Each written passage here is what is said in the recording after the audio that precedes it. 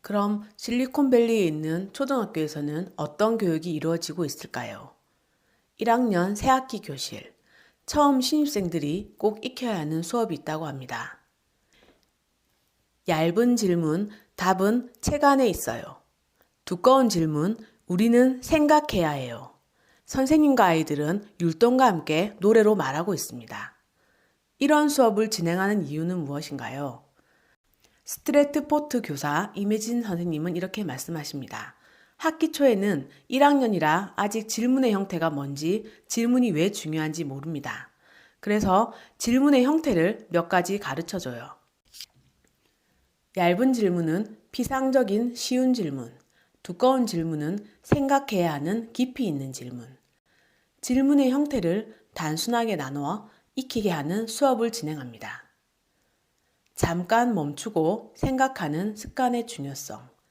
생각을 정리하고 대답해야 더욱 커지는 아이들의 생각. 그 생각을 이끌어내도록 선생님은 수업하고 계셨습니다. 선생님은 또 이렇게 얘기하십니다. 다른 질문의 차이를 계속 연습하고 나중에 아이들이 그것에 익숙해졌을 때 우리가 이것에 대한 솔루션을 어떻게 만들 수 있을까? 여기까지 올라가는 겁니다. 정보를 줬을 때 이것을 어디에 적용해야 할지 솔루션을 생각한다든지 그런 힘을 길러주는 게 훨씬 더 중요한 것 같다고 말씀하십니다. 질문을 만들고 스스로 해결하는 프로젝트를 진행하는 과정에서 친구와 자연스럽게 토론하는 과정을 배우는 아이들. 선생님이 일방적으로 가르쳐주는 티칭이 아니라 아이들이 스스로 깨우치게 하는 코칭이 중요합니다. 알아가게 도와주는 코칭을 해야 어릴 때부터 스스로 생각하는 힘이 생기는 것이고 비로소 질문할 수 있는 능력이 생깁니다. 코칭 교육법은 스스로 생각하는 힘과 질문하는 능력을 키우는 방법을 가르치는 교육입니다. 한국 교과 과정을 마치고 미국으로 유학 온 학생들은 한국과 어떤 차이를 느끼고 있을까요? 질문을 할 수 있는 환경과 아닌 것의 차이가 그렇게 큰지 물어보았습니다. 최오중 학생은 이렇게 이야기합니다. 정말 큽니다. 한국에서 제가 초중고를 나왔을 때 질문한다는 것은 굉장한 용기가 필요했습니다. 제가 손을 들어 질문하면 수업 시간이 길어지므로 한숨 쉬는 아이들이 있는가 하면 제가 바보 같은 질문을 하면 뒤에서 비웃는 아이들도 있었고 황당해하는 교수님까지 계셨습니다. 질문 하나 하기도 쉽지 않았습니다. 이지원 학생은 이렇게 이야기합니다. 미국 학생들도 사실 성격에 따라 다르긴 한데 아무래도 우리나라 특유의 눈치 보는 문화가 많이 없고 자기가 이야기하고 싶으면 아무 스스럼 없이 자신의 생각을 발표하고 질문하는 걸 정말 자연스럽게 하더라고요. 그리고 다른 사람이 말하는 것을 판단하거나 눈치 주지 않으니까 자유롭게 토의하는 문화가 1학년 때부터 자연스럽게 이루어집니다. 우리는 거기에 참여하기 위해 내 생각을 말하는데 용기가 많이 필요했습니다. 그런 걸 극복하는 게 오래 걸렸습니다. 최호중 학생은 이렇게 이야기합니다. 어렸을 때부터 궁금증을 해결하고 자기의 열정을 추구할 수 있는 그런 환경에 노출되어 있다 보니 초등 1학년 때부터 질문해도 되는 환경에서 자라는 아이들. 질문을 해도 되냐 안 되냐의 종이 한 장의 차이가 쭉 쌓여서 소위 말하는 구글사도 생기고 페이스북도 생기고 그런 게 아닌가 저는 그렇게 생각했던 것 같습니다. 질문을 할 수 있는 환경, 질문해도 되는 환경, 그런 게 큰 차이를 만드는 것 같습니다. 2세에서 5세까지 아이들이 약 5만 개 이상의 질문을 한다고 합니다. 초, 중, 고 과정을 거치며 질문 수가 급격히 줄어든다고 합니다. 시험과 입시 제도에 맞춰진 초, 중, 고 교육. 이 주입식 교육으로 질문을 두려워하는 한국 사회가 만들어졌습니다. 피사라는 국제 학업 성취도 평가가 있습니다.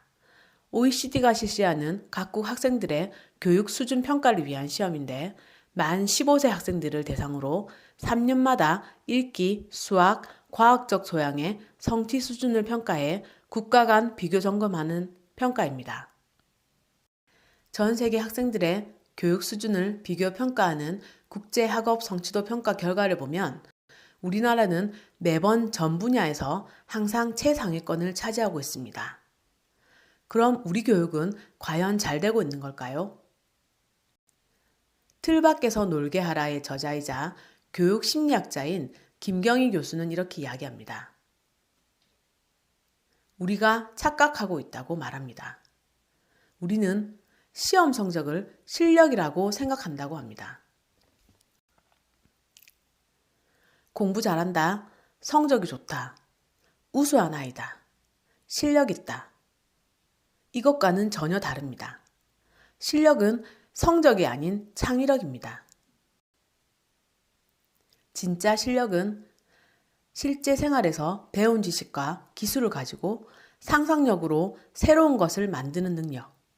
이게 정말 창의력이고 실력입니다. 이게 정말 실력이고 그렇게 할 수 있는 능력을 만드는 게 창의력입니다. 창의력과 시험 점수는 같지 않습니다.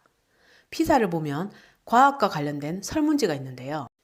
학업 성취 평가와 별도로 학생과 선생님에게 실시되는 설문조사의 결과는 충격적입니다. 시험 점수는 높습니다.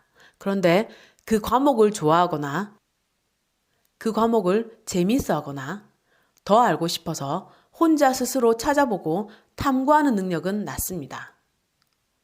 평가 성적은 최상위권이지만 흥미도나 관심도, 자신감은 평가 국가 중 최하위권에 머물고 있습니다. 우리나라 학생들은 배움의 즐거움을 느끼지 못하고 답을 찾는 공부만 하고 있는 현실입니다. 김경희 교수는 또 이렇게도 이야기합니다. 이 세상에서 우리나라 아이들이 가장 불쌍해요. 태어날 때부터 엄마들이 교육을 잘못 시키고 있는 거예요.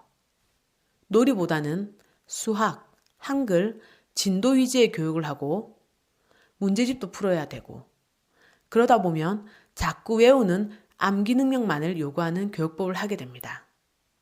놀면서 잔디밭에 누워서 하늘의 구름을 바라보면서 상상의 나래를 펴는 시간을 안 주는 겁니다. 어릴 때부터 그렇게 하다 보면 외우고 뺏기고 반복적으로 연습하고 그것만 하다가 아이들의 진짜 실력, 창의력이 없어지는 것입니다. 마음껏 질문할 수 없는 환경, 특별한 대답이 아닌 정답만을 요구하는 한국 사회. 어쩌면 우리는 아이들의 창의력을 죽이고 있는지도 모릅니다. 우리 아이들은 자유롭게 질문하고 토론하는 환경에서만 창의력이 커질 수 있습니다. 김경희 교수는 가정에서 먼저 시작해야 한다고 합니다. 가정에서 엄마가 먼저 시작해야 한다고 합니다. 가정에서 부모가 먼저 시작해야 하는 이유가 무엇일까요? 동양인에 비해 유대인은 625배나 더 노벨상을 받을 확률이 높습니다. 이게 바로 유대인 엄마들이 다른 교육을 한 증거입니다. 알베르트 아인슈타인, 20세기 최고의 천재 물리학자. 레리 페이지, 전 구글 최고 경영자. 구글을 창업한 과학자. 마크 저크버그, 페이스북 창업자. 전 세계 가입자 약 23억 명. 세상을 이끌어가는 이들에겐 한 가지 공통점이 있습니다. 이들은 유대인이라는 공통점이 있습니다. 전 세계 인구 중 유대인의 비율은 약 0.2%. 그런데 노벨상 전체 수상자 중 유대인의 비율은 약 22%입니다. 가장 중요한 것은 질문을 멈추지 않는 것이라고 알베르트 아인슈타인은 말합니다. 그럼 유대인들은 가정에서 어떻게 질문하고 토론할까요? 한국인 아버지와 유대인 어머니 사이에서 태어난 나탄은 유대인 가정교육을 받고 자라고 있습니다. 유대인인 엄마는 이렇게 이야기합니다. 저희가 아이를 양육하는 방법과 생각들은 전형적인 유대인의 교육 방식입니다. 우린 아이가 질문하는 것과 토론하는 것을 독려합니다. 그냥 토론하는 것이 습관화되어 있습니다. 그럼 유대인 노벨상의 비결은 질문과 토론일까요? 아빠와 엄마는 아들에게 아마존에 불이 났다는 소식을 들었냐는 질문을 하며 아이의 생각과 의견을 이끌어냅니다. 저희는 아이에게 질문하는 것이 창의력을 발달시킨다고 믿습니다. 그래서 우리는 항상 아이들이 깊게 생각할 수 있도록 끊임없이 질문을 던집니다. 근데 열린 질문을 해야 합니다. 이렇게 생각해야 해 라고 하기보다 어떻게 생각하니? 라고 물어봐야 합니다. 우리는 아이에게 질문만 하는 것이 아니라 아이도 질문할 수 있도록 장려하고 있습니다.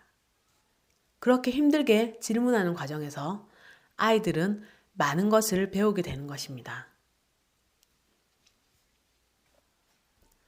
그게 저희가 원하는 교육 방법입니다.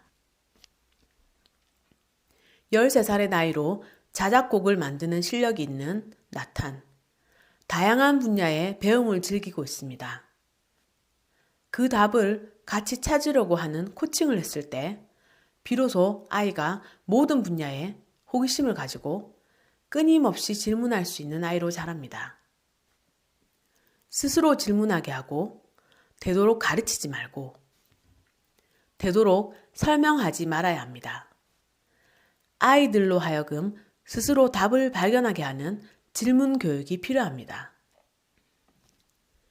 오늘은 질문으로 자라는 아이 두 번째 정리 시간으로 가정에서부터 질문 교육을 해야 한다는 내용을 살펴보았습니다. 내일 세 번째 시간에는 우리는 그럼 어떤 질문을 하는 부모인지 부모 태도 실험 후 배울 수 있는 내용 살펴보겠습니다. 지금까지 유수진이었습니다. 감사합니다.